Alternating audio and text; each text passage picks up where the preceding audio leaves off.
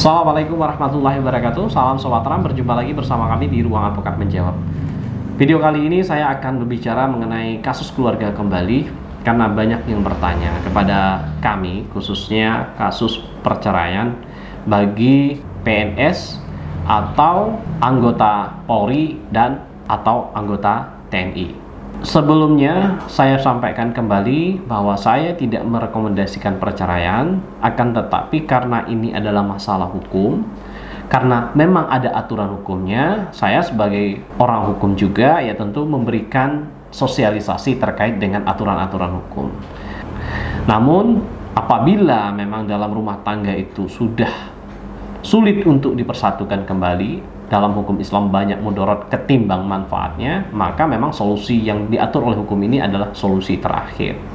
Dalam hal pengajuan perceraian bagi anggota Polri, TNI, atau ASN, tentu ada beberapa hal yang harus diperhatikan dan akan saya jelaskan secara rinci kepada Sobat Ram semuanya. Sebelum lebih lanjut, jangan lupa untuk subscribe, like, dan share video ini, serta nyalakan loncengnya agar Sobat Ram mendapatkan informasi terbaru dari kami.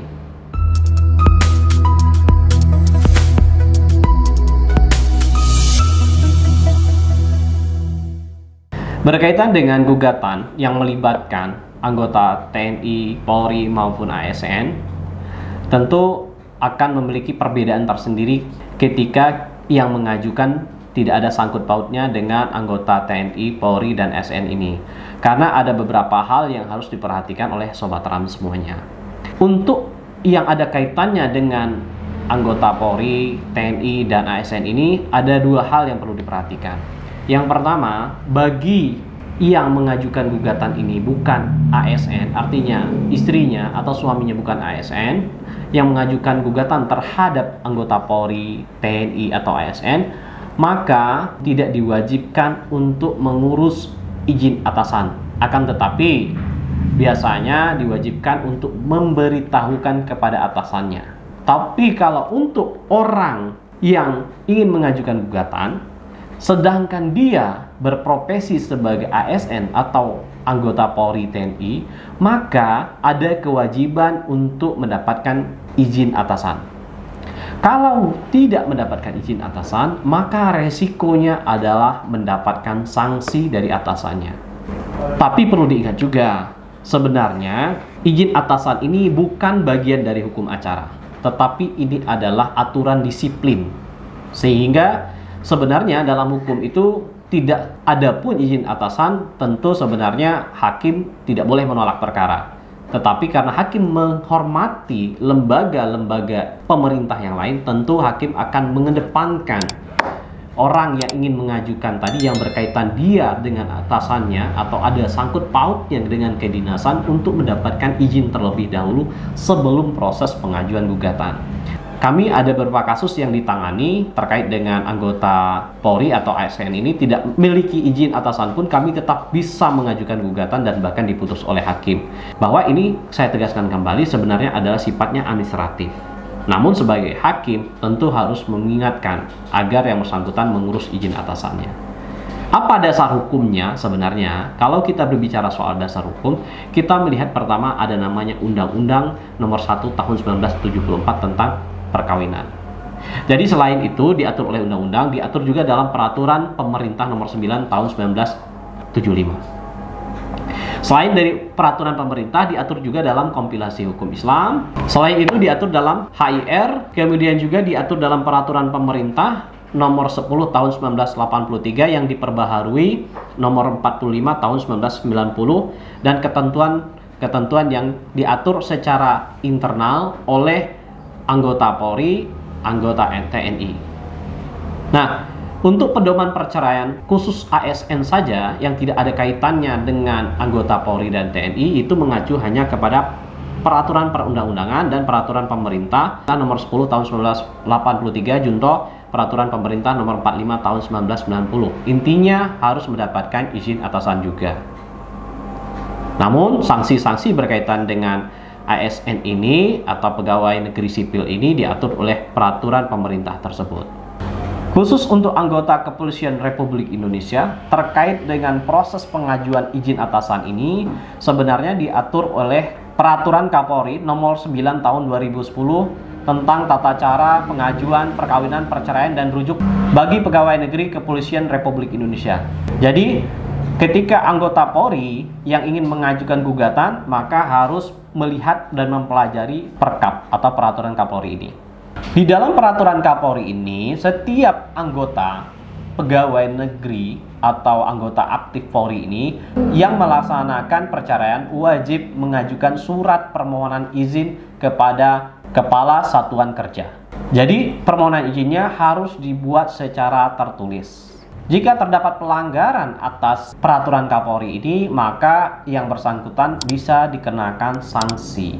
Adapun sanksi-sanksi yang akan diterima oleh anggota Polri yang tidak melakukan izin ini, yang pertama biasanya bisa penurunan pangkat pada pangkat yang setingkat lebih rendah untuk paling lama 1 tahun. Kemudian juga pembebasan dari jabatan, kemudian pemberhentian dengan hormat tidak atas permintaan sendiri atau pegawai negeri sipil, dan pemberhentian dengan hormat sebagai pegawai negeri sipil. Jadi itu ancaman-ancamannya yang diatur di dalam peraturan perundang-undangan. Namun itu akan kembali lagi kepada atasannya. Apakah sanksinya berat atau ringan seperti itu.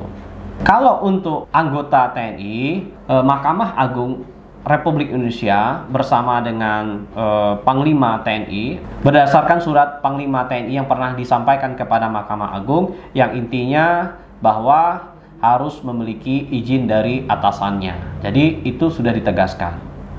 Dan untuk orang yang bukan TNI, Polri, tapi pegawai negeri sipil pada umumnya seperti pegawai di pemerintahan daerah, maka izinnya harus dikeluarkan oleh tingkatan di atasnya. Misalkan kalau dia dosen, ya maka rektorat. Kalau dia pegawai negeri sipil di Pemda Kabupaten Kota, maka mendapatkan izin dari bupati. Kemudian kalau dia provinsi, maka dari gubernur.